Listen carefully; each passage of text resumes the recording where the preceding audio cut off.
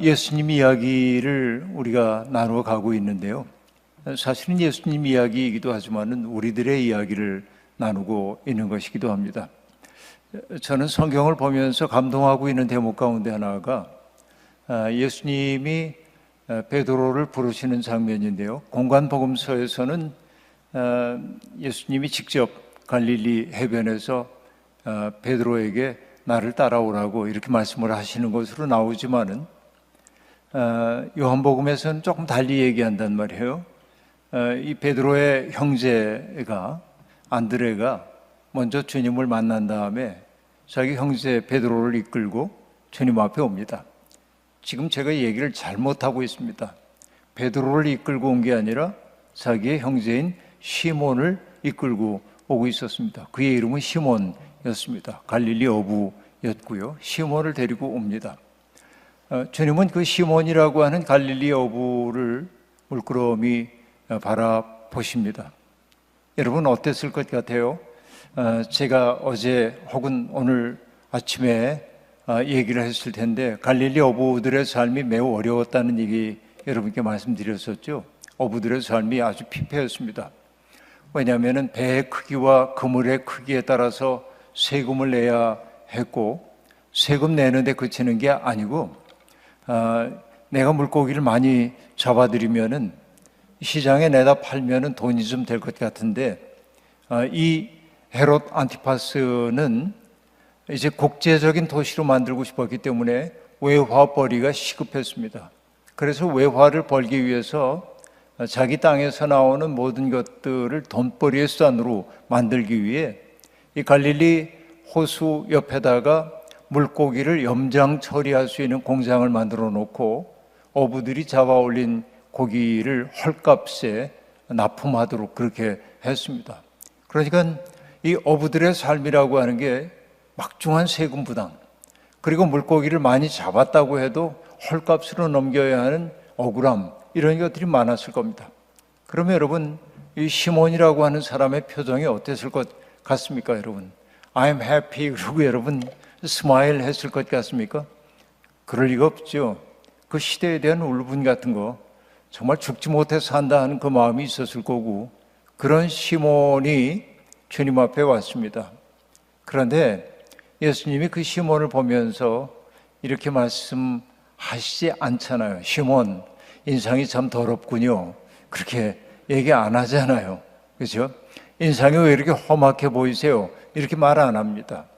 시몬에게 주님이 하신 말씀은 뭐냐면, 시몬, 그대는 베드로가 되어야 하오. 그렇게 말합니다. 베드로 혹은 게바라고 하는 말, 번역하면 뭐죠? 반석이라고 하는 말입니다. 그대는 반석이 되어야 합니다 라고 얘기를 하고 있습니다. 여러분, 우리도 어떤 사람의 첫인상을 바라보면은 첫인상을 보고 이 사람 좀 험하게 생겼네, 그럼 별로 가까이 하고 싶지 않아요. 얼굴이 낯빛이 어둡고 그리고 사나운 표정을 짓고 있는 사람을 보면 그렇게 만나고 싶은 생각이 없는 게 사람입니다. 그런데 주님은 그런 베드로의 겉모습이 어땠는지 저는 잘 모르지만은 성화 속에 그려진 베드로의 모습은 상당히 그럴싸한 모습입니다만, 생각해 보세요. 노동으로 온몸이 굳어왔던 일평생을 살아온 사람, 그것도 시대적 울분에 시달리고 있는 사람이 그렇게 아름다운 모습이었을 거라는 생각이 잘 안 들어요. 그런데 그 시몬을 보고 주님이 인상 좀 험하구려 그렇게 말 안 하잖아요. 시몬, 나는 그대에게서 베드로를 보았어요 하고 말하는 거예요. 당신 속에 있는 반석과도 같은 것을 내가 봤어요. 그렇게 얘기한단 말입니다. 이게 이제 중요합니다. 독일어 성경으로 보자고 한다면, 나는 그대를 게바 곧 베드로라고 부르겠소라는 뜻으로 새겨지기도 하지만은 그대는 베드로가 되어야만 합니다 라는 뜻이기도 합니다. 그렇게 새길 수 있는 말이라고 볼 수 있습니다. 여러분, 예수 그리스도께서 사람을 보는 방식을 보여주고 있는 것입니다. 나다나엘이라고 하는 사람을 또 다른 친구들이 데리고 주님 앞에 이렇게 옵니다. 나다나엘은 갈릴리에서 온 이 랍비가 좀 남다르다고 하는 친구들의 이야기를 듣고 뭐라고 빈정거립니까? 나사렛 갈릴리에서 무슨 선한 것이 나올 수 있겠는가? 본인도 갈릴리 출신인데도 자기 비하의 감정에 가득 사로잡혀 있습니다. 우리는 변방에 속한 사람들이야. 우린 변방의식 속에서 살고 있는 사람입니다. 우린 별로 희망이 없어. 이런 느낌 속에 있었던 거죠. 그런데 주님이 그를 바라보면서 뭐라고 얘기합니까? 이는 참 이스라엘 사람이로다. 이 사람 속에 간사한 것이 없도다 하고 말합니다. 이게 나다나엘과 주님이 만났을 때 주님이 하셨던 말씀입니다. 이 사람 속에 간사한 게 없다. 이 사람이 정말 이스라엘 사람이다. 여러분, 이 말을 들었을 때 나다나엘의 마음이 어땠을까요? 그대는 반석입니다 라고 얘기했을 때 시몬의 마음이 어땠을 것 같습니까? 여러분, 사람은요, 우리들 속에 누군가가 호명해 주는 것, 이것이 내가 될 때가 아주 많이 있습니다. 그러니까 사람들 속에는 두 가지의 요소가 다 있단 말이에요. 아름다운 요소도 있고 그리고 부정적인 요소도 있단 말이죠. 그런데 내가 소망하는 바는 뭐냐면 내 앞에 서 있는 이 젊은이를 바라보면서 이 젊은이가 너무나 아름다운 찬양하고 교회에서 이렇게 정말 헌신하는 모습을 보면 얼마나 좋아요. 그러나 이 젊은이들 속에도 악의 충동도 있고 선의 충동도 있는 거예요. 사람은 누구나 다 그래요. 그래서 인간을 가리켜서 어떤 이들은 그렇게 얘기하죠. 인간은 신과 악마 사이에 싸움터라는 거예요. 인간의 마음이. 하나님이 이길 때도 있고 악마가 이길 때도 있다는 거죠. 신과 악마의 투기장이라고 얘기를 한단 말이에요. 그러니까 여러분 앞에 서서 말하고 있는 저 자신만 하더라도 내 속에 악의 가능성이 없다고 절대로 얘기할 수가 없는 것입니다. 내가 살인자가 되지 않은 까닭은 뭐냐면 살인해야만 하는 동기, 살인해야만 하는 상황 속에 내가 놓여있지 않았던 것뿐이에요. 운이 좋아요. 아직까지는. 내가 도둑질하지 않고 살 수 있었던 까닭이 뭐냐면 도둑질하지 않아도 될 만한 삶의 여건이 내게 주어졌기 때문에 그런 거란 말이에요. 그러니까 우리가 어떤 사람들을 보고 함부로 얘기할 수가 없는데 누구에게나 우리는 잘못을 저질 수 있는 거죠. 살인을 저질렀기 때문에 살인자인 게 아니라 우리가 내면 속에 살인자가 있기 때문에 살인이라는 행동을 한단 말이죠. 그러니까 여러분, 모든 사람 속에 두 가지 가능성이 있다고 한다면 우리가 정말로 이웃을 사랑한다는 말이 뭘까 생각해 보면 그 사람 속에 있는 선한 것을 호명해내는 게 이웃사랑이에요. 내가 보기엔. 어디 여러분 한국으로 얘기하면은 에너지 빈곤층들에게 연탄 날라주는 거, 이것도 이웃사랑 맞아요.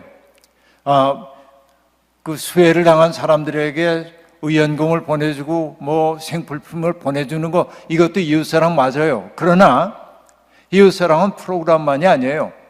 우리가 일상적으로 만나는 사람들 속에 있는 가능성 가운데 악의 가능성을 이끌어내는 게 아니라 선의 가능성을 이끌어내는 것, 이게 이웃사랑이다 말이죠. 그러니까 우리가 하나님 사랑, 이웃사랑하고 이제 이렇게 얘기하지만은 이 둘이 아니라 하나이거든요. 그러니까 이웃사랑은 프로그램이 아니라 인생의 태도여야 함을 제가 얘기하는 거예요. 그러니까 여러분, 김춘수 시인의 꽃이라고 하는 시, 아마 기억나는 분들 있을는지 모릅니다만 내가 그의 이름을 불러주기 전에 그는 다만 하나의 몸짓에 지나지 않았다. 그러나 내가 그의 이름을 불러주었을 때 그는 내게로 와 꽃이 되었다라고 말합니다. 호명하는 행위가 무엇보다 중요해요. 그러니까 예수 그리스도께서 시몬을 바라보면서 반석을 호명해 내셨고 나다나엘을 바라보면서 간사한 것이 없는 참 이스라엘 사람을 호명해 내셨기 때문에 나다나엘은 그 운명을 살 수밖에 없었고 시몬은 그 운명을 살아낼 수밖에 없었던 거예요. 이게 예수 그리스도예요. 그러니까 오늘 주님이 우리를 이 자리에 불러주신 까닭은 다른 것 아닙니다. 우리들이 죄의 노예처럼 되어 있는 경우가 많잖아요. 자기 비하에 빠지고 남들에게 차마 말할 수가 없어서 그렇지, 내가 살아온 모습, 내 내면 속에 벌어지고 있는 것을 여기 스크린에 비친다고 한다면 내가 어떻게 살까? 부끄러워. 이렇게 우리는 살고 있는데 주님은 뭐라고 얘기하냐면 괜찮아. 그게 사람이지 말이지. 예수 그리스도의 사랑으로 품어 안아주시고 우리를 녹여주시는 거 아니에요.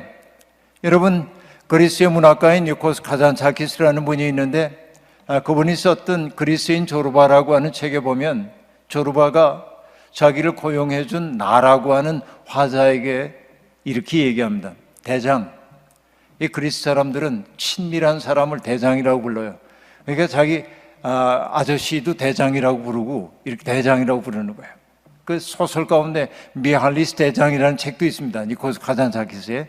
근데 어쨌든 자기를 고용해 준 주인에게 이 조르바가 얘기하는 거예요. 대장, 하나님은 굉장한 임금님이십니다. 그러자 나가 묻습니다. 조르바, 그게 무슨 얘기야? 하나님이 굉장한 임금이라는 게. 그러자 이야기 하나를 들려줍니다. 조르바가. 하나님은요, 천국 문 앞에 베드로를 세워놓고 베드로의 손에다가 물이 흠뻑 묻은 스폰지를 들려주신다는 거예요. 죄인 하나가 문 앞에 오면, 천국 문 앞에 오면 죄인이거든요. 온몸이 더럽혀졌거든요. 그럼 지옥 그러지 않고 어떻게 하라고 하냐면 베드로의 손에 들린 게 뭐라고 그랬어요? 물이 흠뻑 묻은 스폰지라고 그랬죠. 그거 가지고 이렇게 닦아주면서 깨끗이 닦아주면서 에이 불쌍한 거 들어가 그런다는 거예요. 그러면서 조르바가 마지막으로 이렇게 얘기합니다. 그냥 용서해 버리시는 거죠. 그렇게 얘기해요. 이게 하나님을 가리켜 굉장한 임금님이라고 그가 했던 까닭입니다. 여러분, 우리의 죄가 주홍빛보다 더 붉은데 주님 앞에서 내가 떳떳하다고 얘기할 수 있는 사람 아무도 없어요. 그러나 주님은 우리에게 괜찮아. 너의 한계와 너의 아픔을 내가 알아. 그렇죠? 여러분, 간음하다 잡혀온 여인을 보았을 때 주님이 뭐라고 하십니까? 사람들이 돌을 들고 기세등등하게 이 여자를 쳐 죽일까요? 라고 얘기했을 때 주님은 너희 중에 죄 없는 자가 먼저 돌로 치라 라고 말씀하시며 쭈그리고 앉아 뭔가를 땅에 쓰셨습니다. 나이 든 사람부터 돌멩이 하나둘 내려놓고 다 돌아갔습니다. 그때 몸을 일으켜 세우신 주님이 뭐라고 얘기하셨죠? 너를 치려는 사람들이 어디 있냐고 묻습니다. 아무도 없습니다. 그러자 주님이 얘기합니다. 그동안 살아온 그 이야기 전혀 얘기 안 해요. 내 죄를 내가 알렸다 이런 얘기 안 해요. 뭐라고 얘기합니까? 가서 다시는 죄를 짓지 마. 이 얘기는 뭐죠? 가서 다시는 죄를 짓지 말라고 하는 얘기는 지금까지 살아온 그대의 삶을 내가 받아 안았다고 하는 얘기 아닙니까? 그런 얘기죠. 이게 중요한 거예요. 주님의 사랑은. 여러분, 옛날에 어르신들은 많이 아실 텐데 젊은 세대들은 모를 거고요. 한국을 떠나온 지 오래된 분은 모를 수도 있겠습니다만은 한국의 가톨릭 교회에서 지학순 주교라고 하는 분이 있었습니다. 머리가 하얀 백발의 주교님이었습니다. 굉장히 유명한 분이었어요. 이 백발의 주교님이 원주에서 주교로 생활을 하고 있었는데 이 원주역에서, 지금은 이제 다릅니다만 원주역에서 주교관으로 가려고 하면 질러가는 길이 있고 우회하는 길이 있습니다. 대개는 사람들이 주교관으로 바로 가지 않고 우회하는 길을 택했습니다. 주교님도 그랬습니다. 왜 그랬냐면 질러가는 그 길이 뭐냐면 역전에 늘 있는 유곽이었습니다. 집창촌이었던 거죠. 그러니까 점잖은 사람들이 거기로 들어갈 수가 없는 겁니다. 그런데 어느 날 이 주교님이 기차에서 내려가지고 몸이 고단하셨든지 먼 길을 돌아갈 생각이 없으셨던 모양이에요. 그래서 그 유곽 쪽을 향해서 이렇게 통과해서 주교 집으로 이제 가려고 그러는데 다 알아요. 그 거리에 있는 여인들이 누구인지 다 알아요. 워낙 유명하기 때문에 모르는 사람이 없어요. 그런데 장난스러운 생각이 들었던 모양입니다. 그 거리에 나와 있던 여인이 주교님의 팔을 덥석 붙잡으면서 이렇게 얘기를 했습니다. 할아버지 놀다 가세요. 그랬어요. 여러분 이 상황이 이제 어떤 상황인지 아시겠죠? 할아버지 놀다 가세요. 그러면 여러분 만약에 내가 지금 가고 있는데 어떤 여인이 내 발을 잡으면서 할아버지 놀다 가세요 그러면은 당황스러워요. 이거 어떻게 해야 합니까? 왜 이러세요? 그죠? 왜 이러세요? 그러고 황급히 누가 볼세라, 그죠? 누가 행여라도 볼세라 황급히 그 자리를 벗어날 것 같아. 그런데 이 지학순 주교는 자기 팔을 붙들고 할아버지 놀다 가세요. 그런 그 여인에게 이렇게 응대를 했습니다. 놀 틈 없다. 그러자 그가 이 대꾸가 재밌었든지 얘기했어요. 틈이 없으면 짬이라도 내세요. 짬도 없다. 짬이 없으면 새라도 내세요. 그런 거예요. 그래서 지주교가 주머니를 뒤져서 지갑을 꺼내가지고 돈을 꺼내서 그 여인의 손에 쥐어줍니다. 그리고 뭐라고 얘기하냐면 얘따 과자 하나 사 먹어라. 그리고 돈을 줘요. 그리고 가요. 근데 이 얘기를 아마 하셨겠죠, 누군가에게. 근데 이 지학순 주교라고 하는 분에게 영향을 많이 받았던 한국의 시인이 있습니다. 김지하라고 하는 시인인데요. 김지하 시인이 이 상황을 그대로 시로 썼어요. 제가 얘기한 그대로예요. 시의 내용이. 할아버지 놀다 가세요. 이제 주교 그 관사로 가는 그 길 얘기 나오고 이렇게 붙잡혔던 얘기 놀다 가세요. 놀 틈 없다. 짬을 내세요. 짬도 없다. 새를 내세요. 새도 없다. 그리고 얘따 과자 하나 사 먹어라. 돈 꺼내서 준 거죠. 그러고는 끝이에요. 시가. 그런데 혼자 그 다음부터 생각을 해보는 거예요. 그 여인이 어떻게 됐을까? 여러분 이러면 좋겠죠. 그날로 그곳을 떠났다 그러면 얼마나 좋겠어요. 배와 그물을 버려두고 주님을 따랐던 그 처음 제자들처럼 옛삶을 그렇게 청산해버리면 얼마나 좋겠어요. 그러나 인생은 그렇게 만만한 건 아닙니다. 그 여인이 어떻게 됐는지 몰라요. 그러나 저는 짐작해봐요.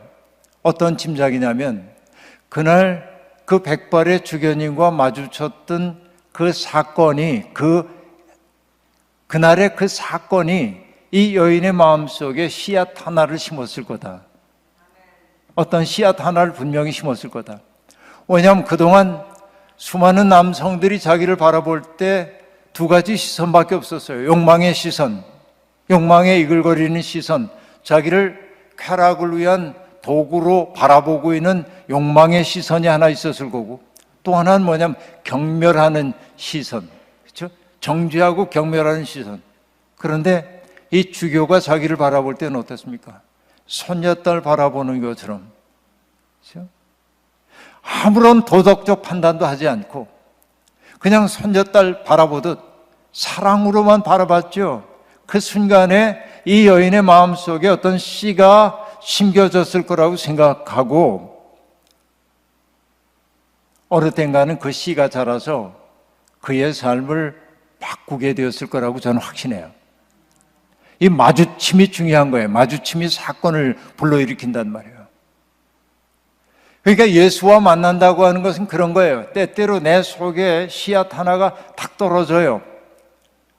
잊고 있었는데 어느 날 때를 만나면 이 씨앗이 자라나기 시작한단 말이죠. 그러니까 여러분 정말 예수와 만났던 사람들을 보면요, 예수님이 3년의 공생의 기간을 보내는 동안 예수님과 만났던 사람들은 행복했을 거예요. 왜 행복했다고 제가 생각하냐면 오늘 새벽에 제가 말씀을 드렸던 그대로입니다. 예수님이 사람을 대하는 태도를 우리가 배워야 돼. 뭐라고 얘기했습니까? 아버지께서 내게 이끌어 주신 사람 가운데 하나도 잃어버리지 아니하고 마지막 날에 영생을 얻게 하는 게 내일이라고 얘기하는데, 그 말을 그냥 밑줄만 긋지 말고 예수님은 오늘 당신의 눈앞에 현존한 사람을 누구로 여겼냐면 아버지께서 내게 이끌어 주신 사람으로 여겼다는 거예요. 그러면 여러분 어떻습니까? 예를 들어서 어떤 그 국회의원이 혹은 무슨 어느 시의 시장이 혹은 대통령이 누군가를 내게 보내면서 목사님 아무개를 보내니까 잘 좀 부탁합니다. 잘 좀 이야기 좀 나눠주세요. 그러면 여러분 제가 그 사람을 어떻게 함부로 대하겠어요? 그죠? 그렇게 소개를 받고 오는데 근데 예수님은 어땠다는 겁니까? 내 앞에 있는 사람들을 하나님이 내게 보내주신 사람으로 여겼다는 거예요. 그것이 바로 마태복음 25장을 가능하게 했던 거예요. 마태복음 25장 어떤 얘기입니까? 마지막 심판날에 대한 이야기를 하고 있잖아요. 주님이 우편에 선 사람들에게 얘기합니다. 당신들은 말이죠, 내가 배고팠을 때 먹을 걸 주었어요. 내가 목말랐을 때 마실 것을 주었어요. 내가 헐벗었을 때 내게 입을 옷을 주었어요. 내가 나그네 되었을 때 나를 영접해 주었죠. 그대들은 내가 병들었을 때 찾아와 주었어요. 내가 감옥에 갇혔을 때 그들은 여러분은 날 찾아와서 위로해 줬어요. 그러자 그들이 얘기합니다. 주님, 언제 주님이 굶주리신 적이 있고 목마르신 적이 있고 헐벗은 적이 있고 그 얘기 다 하는 거예요. 그때 주님이 하신 말씀이 뭡니까? 세상에 있는 가장 작은 자 하나에게 한 것이 곧 내게 한 것이다, 이렇게 얘기를 하잖아요. 이게 중요해요. 이게 기독교 신앙을 갖고 있는 사람들이 가져야 할 태도가 바로 이런 것입니다. 그래서 때때로 우리가 인간이기 때문에 모든 사람을 환대할 수는 없어요. 적대적인 세상이에요. 오늘 아침 우리 이재준 목사님과 식사를 하면서 이 목사님이 그러셨어요. Hostility, 적대감이 넘치는 세상이야. 이걸 뭐로 바꿔야 합니까? Hospitality, 그죠? 환대의 세상으로 바꿔야 하는 거죠. 이게 우리들에게 주어져 있는 소명인 것이죠. 그러니까 그것은 어떨 때 그렇습니까? 내 앞에 온 사람 하나하나를 아버지께서 내게 보내주신 사람으로 여길 때 정성을 다할 수 있을 거 아니에요. 그러니까 여러분, 적어도 예수님과 만났던 사람들은 자기가 전폭적으로 받아들여지고 있음을 느꼈다는 얘기예요. 병든 사람들은 이중적 소외에 시달렸잖아요. 병 때문에 시달리고 고통스럽고, 그리고 질병은 하나님이 주신 벌이라고 사회적으로 그렇게 규정되어 있기 때문에 어려웠잖아요. 그러나 주님은 어떻게 했던 겁니까? 병자들을 보고 불쌍히 여기셨다. 그렇죠? 그의 고통을 그냥 당신의 것으로 끌어안으셨잖아요. 귀신 들린 사람들을 보면 여러분, 사람들은 어떡합니까? 불길해, 더러워, 위험해, 그런단 말이에요. 정말 귀신 들린 사람들 위험해요. 왜냐하면 성경이 얘기하죠. 그 사람이 너무 사나워서 그 앞을 지나갈 수도 없었대. 타자에게 폭력적이에요, 귀신 들린 사람들은. 그리고 또 뭐라고 얘기합니까?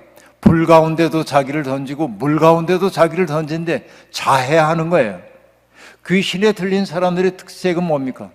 타자들을 받아들이지 못하고 타자들에게 폭력을 가하려는 충동을 가지고 있고, 그 폭력의 충동이 자기를 향할 때는 자해하는 행위로 나타나요. 그러니까 우린 어떡합니까? 더러워, 그러니까 멀리해야 돼, 무서워, 그런 거죠. 그런데 주님은 귀신 들린 사람을 보면서 어떡합니까? 그 사람을 사로잡고 있는 귀신을 꾸짖어 귀신을 내쫓죠. 그런데 여러분, 여기서 질문입니다. 더러운 영을 꾸짖을 수 있는 영은 누구일까요? 강력한 영? 예, 그런 것 같지만 여러분, 놀랍게도 더러운 영을 꾸짖어 내쫓을 수 있는 것은 맑은 영밖에 없습니다. 맑은 영. 예수 그리스도처럼 자기를 온전히 비워낸 영, 누군가의 고통을 그대로 자기 속으로 수용하여서 정화해내는 영, 그런 영만이 더러운 악령을 이겨낼 수 있단 말이죠. 그러니까 여러분, 이사야 53장에 등장하고 있는 고난받는 종의 노래를 보더라도 그가 찔림은 우리의 죄악을 인하며, 그 노래 여러분 아시잖아요. 그가 상한 것은 우리가 맞을 채찍질을 대신 당했다고 얘기한단 말이죠. 예수 그리스도는 그런 분인 거죠. 남의 고통을 그냥 다 받아 안을 수 있는 맑은 영이었단 말이죠. 그러면서 더럽혀지지 않았던 거죠. 그러니까 그 예수님과 만났던 사람들은 뭘 경험하냐면, 내가 있는 그대로 받아들여지고 있고 나를 사랑하는 시선과 만난 거예요. 바로 이게 뭡니까? 하나님 나라가 그에게 도래한 거예요. 예? 하나님 나라가 도래한 거예요. 하나님 나라라고 하는 것은 우리가 죽어서 가는 그 나라만을 얘기하는 게 아니에요. 성경이 가르쳐주고 있는 하나님 나라라고 하는 거. 오늘 여기에서 시간 속에서 영원을 느끼는 거예요. 내 삶이 영원에 속해 있다는 사실을 느끼는 게 하나님 나라를 오늘 살고 있는 거란 말이죠. 사랑받을 때, 내가 귀한 존재로 여김을 받을 때 내 속에 영생이 들어와 있음을 느끼게 돼요. 그래서 여러분, 그 깊은 사랑 속에 있을 때, 정말 더 바랄 게 없을 때 사람들이 하는 얘기가 뭡니까? 죽어도 여한이 없다 그러죠. 왜 죽어도 여한이 없어요? 이미 천국을 맛봤기 때문에 그런 거예요. 그게. 그러니까 예수님과 만난 사람들은 바로 그런 걸 경험했어요. 병든 사람들, 귀신 들린 사람들, 그리고 자기가 아무것도 아니라고 생각했던 사람들이 그 예수님과의 만남을 통해서 하나님 나라를 맛본 거예요. 그러니까 회개하라, 하나님 나라가 가까이 왔다라고 주님이 선포했지만은 예수의 존재 자체가 하나님 나라였어요. 예수가 그들 앞에 있다는 사실 자체가 하나님 나라가 그들 가운데 현존하는 사건이었단 말이죠. 예수님이 있는 곳에서 생명이 회복되는 기적이 일어나죠.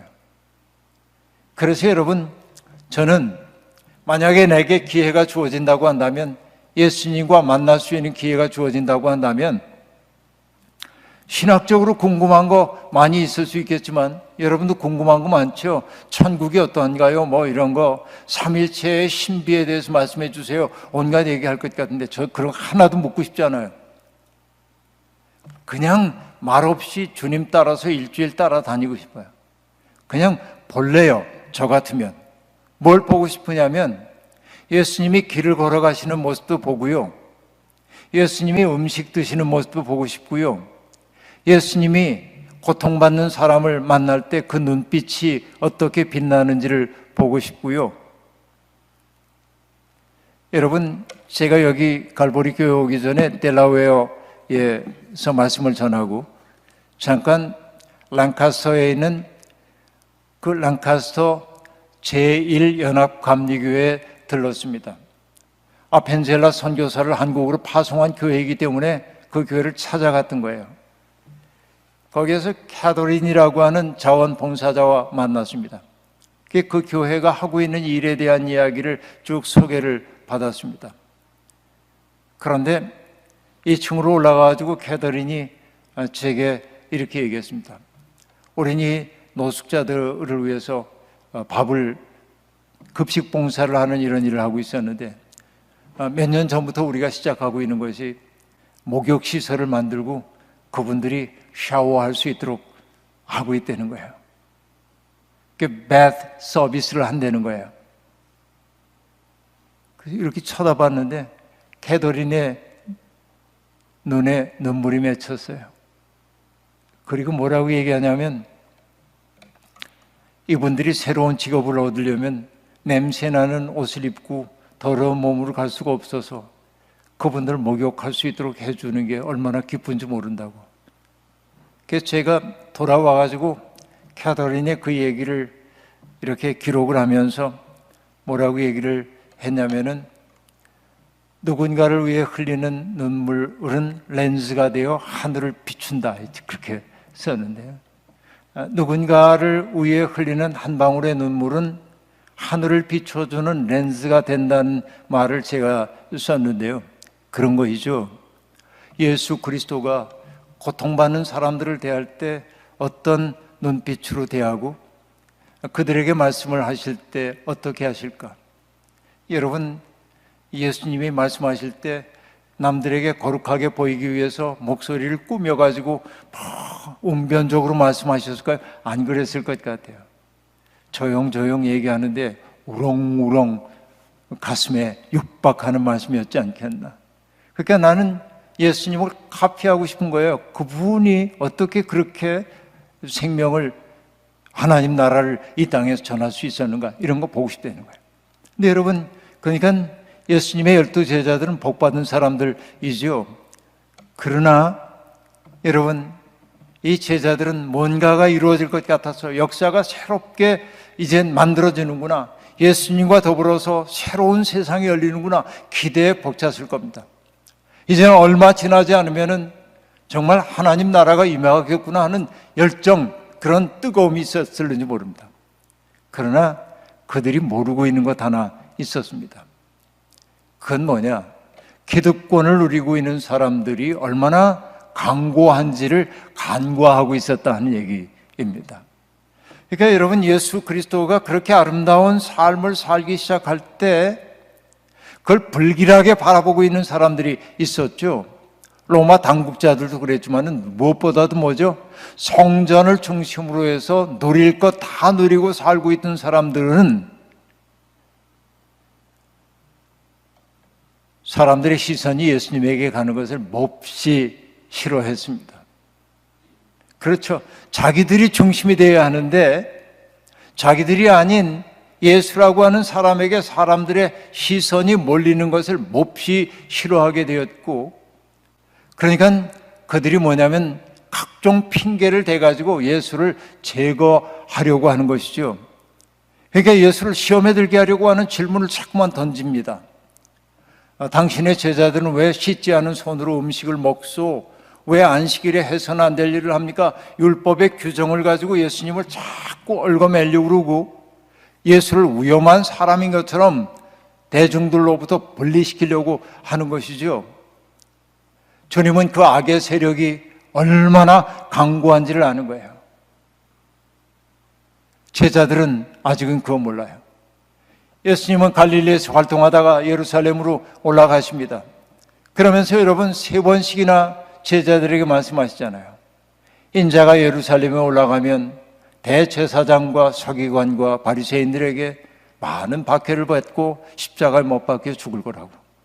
그러나 나는 사흘 만에 부활할 거라고 3번씩이나 경고를 하지만은 제자들 가운데 어느 누구도 그것을 귀담아 듣는 사람이 없습니다. 왜냐하면 예수님과 더불어서 일어나고 있는 기적에 그들의 눈이 멀었어요. 걷지 못하던 사람이 걷죠. 보지 못하던 사람이 보지요. 말하지 못하던 사람들이 말하죠. 나 환자가 낫죠. 귀신 들렸던 사람이 귀신으로부터 해방되는 이 놀라운 신적 역사가 일어나고 있는데 그 역사의 중심이신 예수님이 고난당한다고 있을 수 없다는 거예요. 그들의 계산 속에 예수님의 고난은 없는 것입니다. 오로지 주님의 고난당하실 걸 아는 것은 주님밖에 없는 거예요. 이게 주님을 쓸쓸하게 만들었을 거예요. 여러분, 어떤 사람이 쓴 시를 보니까 이런 대목이 있더군요. 산 계곡에 계곡과 계곡 사이에 다리가 하나 이렇게 놓여 있습니다. 근데 어떤 사람은 그 다리를 황급하게 지나가는 거예요. 근데 어떤 사람은 중간에 서가지고 계곡을 한참 바라봐요. 여러분 같으면 어떻게 하시겠습니까? 그런데 그 시인이 얘기합니다. 그냥 그 다리를 확 건너 지나가는 사람을 뭐라고 말하냐면 다리를 외롭게 하는 사람이래. 네? 다리를 외롭게 하는 사람이에요. 이게 참 좋아요. 근데 여러분, 저는요, 예수 그리스도의 외로움에 대한 생각을 하는 거예요. 당신은 지금 죽음을 향해 가고 있어요. 이 악의 세력, 누리고 있는 것 전혀 내려놓을 생각이 없는, 가장 경건한 것처럼 보이지만은 하나님의 마음을 헤아리기보다는 하나님을 통해서 얻는 자기들의 입속, 여기에 마음을 두고 있는 이 사람들이 얼마나 강고한지를 알고 있기 때문에 주님은 그들에 의해 죽임을 당할 거라고 하는 우울한 예감을 가지고 있는데 제자들은 아무도 그 알아차리지 못한다 하는 얘기입니다. 이게 주님의 말할 수 없는 외로움이에요. 그리고 여러분, 마침내 운명의 날이 오잖아요. 주님이 제자들에게 겟세마네 동산에서 말씀하십니다. 오늘 저녁에 너희가 나를 다 버릴 것이다 라고 얘기합니다. 그러자 베드로가, 나서기 좋아하는 베드로가 얘기합니다. 주님, 저는 절대로 주님을 버리지도 않고 떠나지도 않을 것입니다. 아니야, 오늘 달개 울음소리가 들려오기 전에 네가 3번 나를 모른다고 할 것이야. 아니요, 주님, 그럴 리가 없습니다. 죽음의 자리라도 저는 주님과 함께 갈 겁니다. 여러분, 베드로의 이야기에 진정성이 있습니까? 없습니까? 저는 100% 진정성이 있다고 봅니다. 베드로는 정말 주님을 떠나지 않을 자신이 있었어요. 어떤 위기가 있어도 난 주님 떠나지 않을 거야 자신이 있었어요. 그리고 주님과 함께 죽는 것도 각오가 되어 있었을 거예요. 그러니까 베드로의 그 고백은 진실하다고 저는 믿어요. 그러나 베드로가 알지 못했던 거 하나 있어요. 본인이 얼마나 유약한 존재인지, 자기가 한낱 인간에 지나지 않는다는 거, 공포 앞에서 얼마나 등 돌리기 쉬운 사람인지, 그죠? 자기가 얼마나 약한지를 그는 알지 못했던 것입니다. 그래서 여러분 어떻게 됐습니까? 결국은 우리가 알다시피 가야바 대제사장의 집에서 주님이 신문당하실 때 그 하인이 당신도 그들 가운데 있었죠? 난 아니야. 또 다른 사람이 아니야. 틀림없이 갈릴리 사람인 거 보니까 당신도 그들과 한패인데 이 사람아 당신 무슨 얘기하는지 모르겠어. 또 다른 사람이 나 이 사람 안다고 분명히 그들과 함께 있었다고. 무슨 소리냐 하고 나오잖아요. 그때 달개 울음소리가 2번 들려왔다. 근데 여러분 그 다음에 뭐라고 얘기합니까? 달개 울음소리를 듣고 베드로가 바깥 어두운 데로 나와서 심히 통곡하니라 그랬어요. 저는 이걸 어떻게 설명을 하냐면, 자, 베드로의 얘기를 이렇게 한번 얘기해 봐요. 자, 오늘도 이제 은유를 사용하도록 하겠습니다. 포도입니다. 포도송이처럼 보이죠? 그렇다고 해주세요. 포도송이 맞습니다. 아직은 익지 않았어요. 파란 포도입니다. 청포도. 7월에 익는 청포도 아니고 음력 7월에 익는 그냥 파란 익지 않은 포도입니다. 서리고 먹을 수가 없어. 이게 뭐냐면 갈릴리 어부 시몬이에요. 근데 예수와 만났어. 예수라고는 은혜의 햇빛을 많이 받고 예수의 꿈을 자기의 꿈에 품기 시작하면서 새로운 세상의 꿈, 그리고 예수님의 사랑을 바라보면서 베드로 속에도 사람들에 대한 사랑이 배어들기 시작했어요. 그게 결국 뭐냐면 익은 포도, 보랏빛으로 변했어요. 자, 보세요. 초록색 포도입니다. 예수와 만나서 보랏빛으로 아름답게 익었어요. 맛이 들었잖아요. 그런데 맛이 들었는데 이 포도가 어떻게 변한 거냐면 주님을 3번씩이나 모른다고 했어요. 이 포도를 저는 뭐라고 얘기하냐면 으깨진 포도. 바닥에 떨어져가지고 으깨져서 내가 꽤 괜찮은 사람이라고 여겨서 난 줏대도 있고 의지도 있고 어떤 경우에도 주님 버리지 않을 거야. 자신 있었는데 그가 알지 못했던 건 뭐냐면 자기가 얼마나 약한 사람이지. 그러니까 공포가 찾아왔을 때 그는 자기의 의지와 상관없이 난 모르고 아니요. 점점 강하게 부정하기 시작한단 말이에요. 이게 베드로에 으깨져서 그래서 한 얘기가 뭡니까? 바깥 어두운 데 나가 통곡하니라. 내가 아무 쓸모없는 으깨진 포도가 되어버리고 말았단 말이에요. 오늘 우리의 상황이 어떤지를 보세요. 그러나 여러분 여기에 그쳤다고 한다면 베드로는 비참하게 인생을 마감했을지도 모릅니다. 내일 우리가 해야 할 이야기이긴 하지만은 주님이 십자가 처형당하시고 부활하신 주님이 베드로를 찾아오시고 그를 사랑으로 용납하시고 그에게 새로운 소명을 주셨을 때 그때 베드로는 완전히 변화돼. 그래서 뭐가 되냐면 으깨진 포도가 포도주로 변해요. 썩지 않는 포도주로 변해요. 그리고 마지막에는 뭐냐면은 예수 그리스도를 위해 고난받는 것을 기뻐하는 사람으로 바뀌었잖아요. 그 포도주는 뭐냐면 성찬의 포도주까지 변하는 거예요. 이게 한 존재의 아름다운 변화예요. 그럼 보세요. 다시 한번 이 복습 삼아 얘기해 봅니다. 처음엔 뭐였다고요? 시몬이, 갈릴리 시몬이? 푸른 포도예요. 익지 않은 포도예요. 예수와 만났더니 그 인격 속에 타자들에 대한 사랑 같은 게 배어들어가지고 맛있게 변했어요. 익은 포도가 됐어요. 꽤 괜찮잖아요. 그러나 그 운명의 날 운명이 그를 타격했을 때 장담했던 자기는 무너져버리고 말았고 그리고 처절하게 울었어요. 그 무슨 포도라고요? 으깨진 포도. 그런데 그 다음에 중요한 게 뭐냐면 유대인 랍비가 들려주는 얘기인데요. 한 랍비가 다른 랍비에게 질문을 합니다.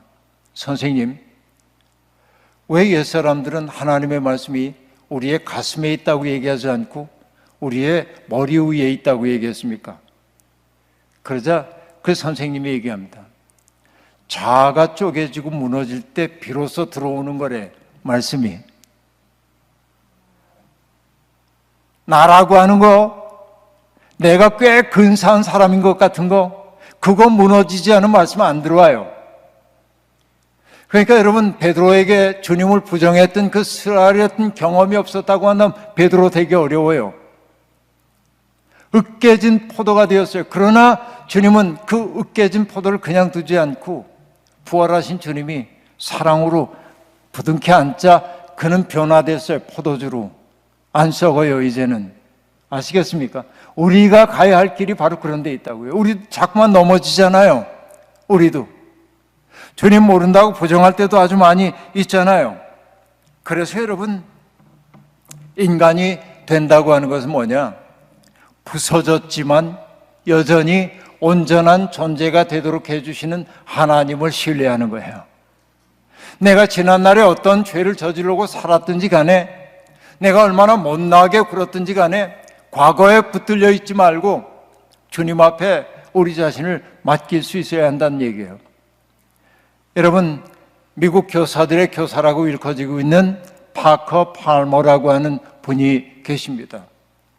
그분의 온전한 삶으로의 여행이라고 하는 그 책에 보면은 이런 이야기가 나옵니다. 그는 매해 1년에 한두 차례씩 바운더리 워터스라고 하는 곳에 가서 리트릿을 하곤 했습니다. 그곳에 가가지고서는 야생 딸기도 따서 맛을 보기도 하고, 소나무 껍질에 냄새를 맡기도 하고, 새소리를 듣기도 하고, 그리고 해안을 철썩철썩 치는 물소리를 듣고, 그러다 보면 자기의 불안점 한마저도 사랑할 수 있는 힘이 생긴대. 좋죠? 쉴 줄도 알아야 합니다.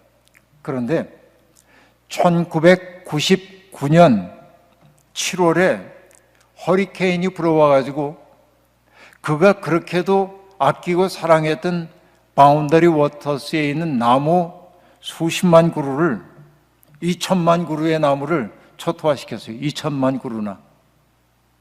그 완전히 말할 수 없는, 그 허리케인이 지나간 다음에 한 달이 지난 다음에 예년과 다름없이 바운더리 워터스를 찾아갔더니 그의 눈앞에 전개된 건 참담하기 이를 데 없는 그런 광경이었습니다. 가슴이 찢기는 듯한 고통을 느꼈습니다. 내가 여기를 다시 찾아와야 되나 하는 생각이 들었어요. 그런데 몇 해 후에 그는 그곳이 궁금해서 바운더리 워터를 다시 찾아갔습니다. 그런데 그는 이렇게 고백하고 있습니다. 몇 해 후 그곳을 다시 찾았을 때 나는 자연이 어떻게 참화를 이용하여 새롭게 성장하는지, 느리지만 어떻게 꾸준히 그 상처를 치유하는지를 보고 놀랐다. 그리고 파커 팔머는 그때 놀라운 깨달음을 하나 얻었다고 얘기합니다. 삶의 온전함이란 완전함이 아니야. 세상에 어떤 사람도 완전할 수가 없어요. 온전함이란 뭐냐? 깨어짐을 우리의 삶의 불가피한 일부분으로 받아들이면서 깨어짐을 바탕으로 더 나은 존재가 되는 게 온전함이래요. 여러분, 죄 짓지 않는 사람이기 때문에 하나님에게 받아들여지는 것 아닙니다. 우리가 완벽한 사람이기 때문에 하나님 사랑받는 것 아닙니다. 우리는 넘어지고 일어서기를 반복합니다. 그러나 넘어질 때마다 우리는 방향을 잘 잡아 일어나야 합니다. 가야 할 곳을 알아야 합니다. 제가 여러분 군목으로 훈련 받을 때, 군대 목사 훈련을 받을 때인데요. 굉장히 재미난 훈련들이 많이 있는데 제일 웃기는 훈련이 하나 있었습니다.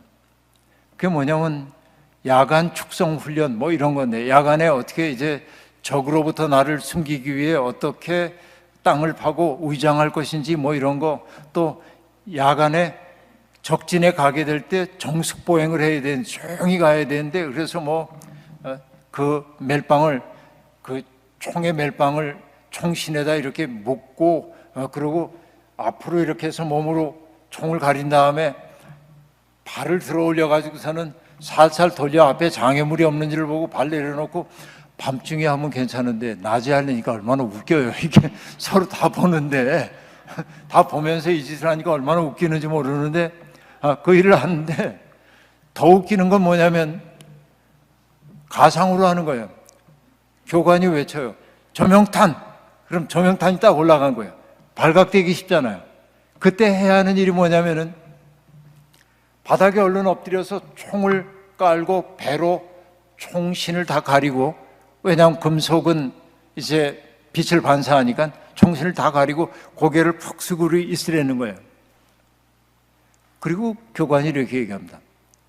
그런데 조명탄의 불빛이 땅 가까이 와서 흐려질 때 살짝 옆을 둘러가지고 내가 가야 할 방향을 보래요. 근데 저는 여기서 인생의 깨달음을 얻었어요. 그게 뭐냐? 살다 보면 내가 앞을 향하고 있는데, 앞을 향해 가고 있는데 더 이상 앞으로 가지 못하도록 하는 방해물을 만나 엎드려야 할 때가 있어요. 그죠? 그러니까 이것은 우리 인생의 마이너스 요인처럼 보여요. 그러나 교관이 뭐라고 얘기했습니까? 캄캄한 밤에 발을 이렇게 디뎌서 하나 내놓고 또 하나 내놓고 가고 있는데, 그 나를 방해했던, 진행을 방해했던 그 불빛을 이용해 내가 가야 할 방향을 잡으려는 거예요. 이게 군사훈련이지만 저는 인생의 훈련이라고 생각해요. 때때로 살다 보면 넘어질 때 있어요. 실패할 때 있습니다. 그러나 그 실패 때문에 울지 말고 그 실패 때문에 내가 가야 할 방향을 찾을 수 있다면 복 아닙니까? 이게 파커 팔머가 얘기하고 있는 삶의 온전함이란 말이죠. 우리는 이런 세계로 초대받았어요. 너무 자책하지 마세요. 어떤 잘못을 저질러도 너무 자책하지 말아요. 누구 좀 잘못하는 사람 보고 너무 엄격하게 꾸짖지 말아요. 실수하는 여백을 좀 줘요.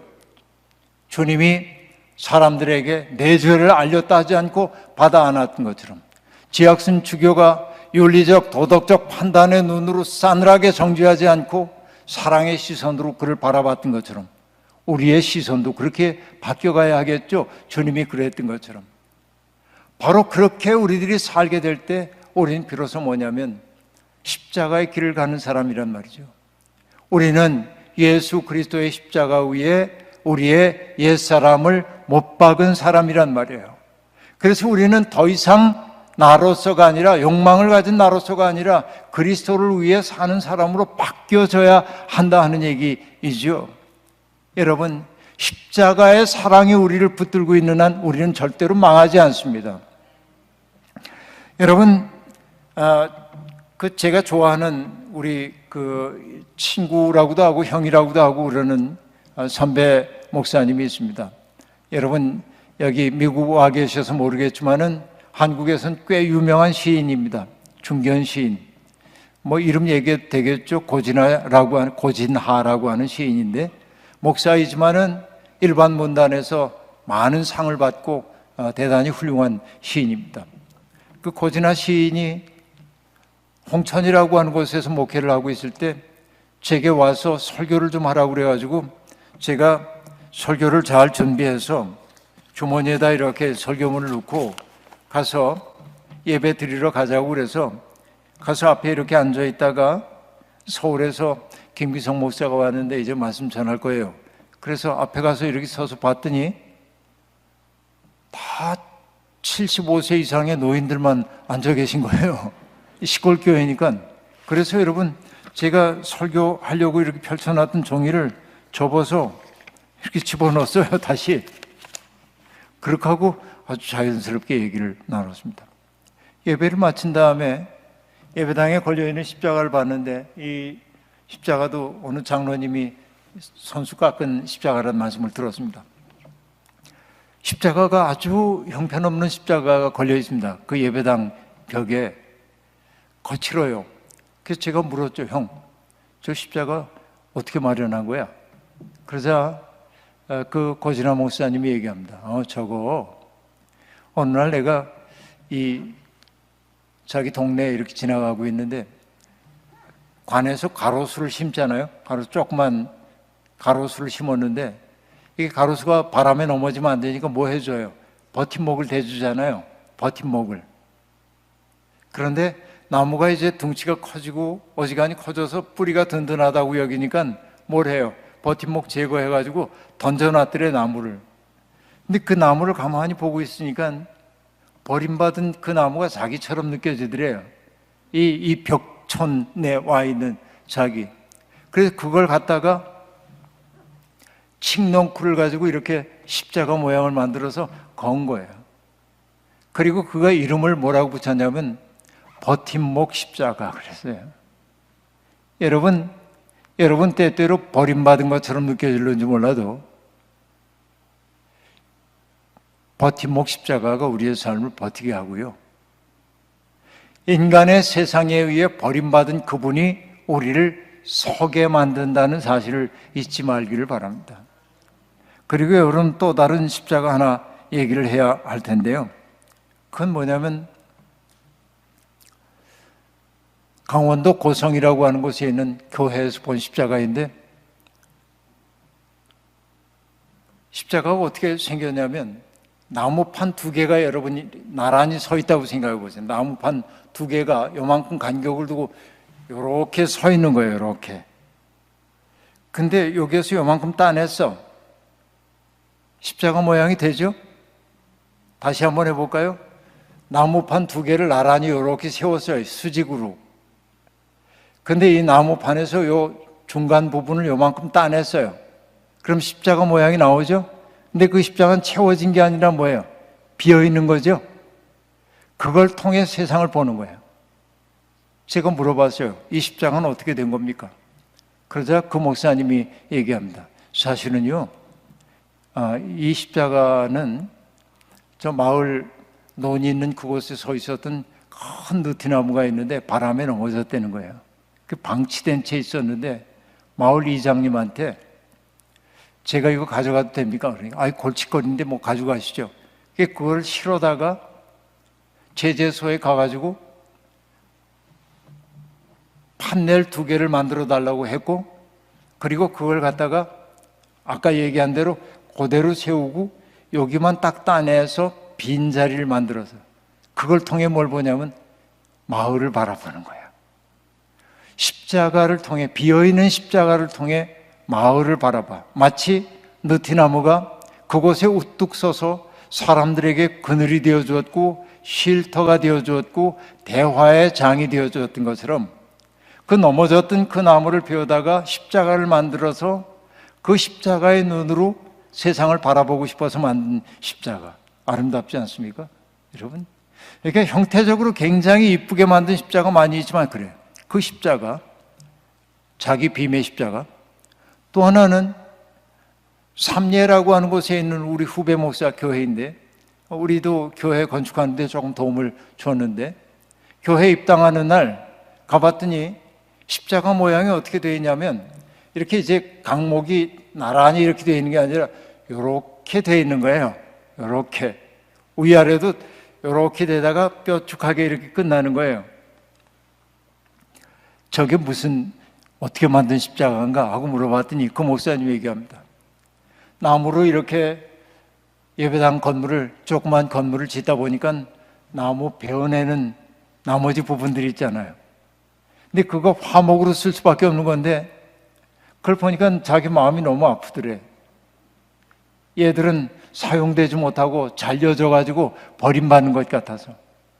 그 버림받는 자투리 나무를 갖다가 엮어 가지고 만든 십자가예요. 이름하여 자투리 십자가. 버림받은 것들을 사용하는 거죠. 전 여기에서 은혜를 받았어요. 버팀목 십자가, 자투리 십자가, 비어있는 십자가 말이죠. 여러분, 어떤 경우에라도 주님은 우리를 버리지 않으신단 말이죠. 작년에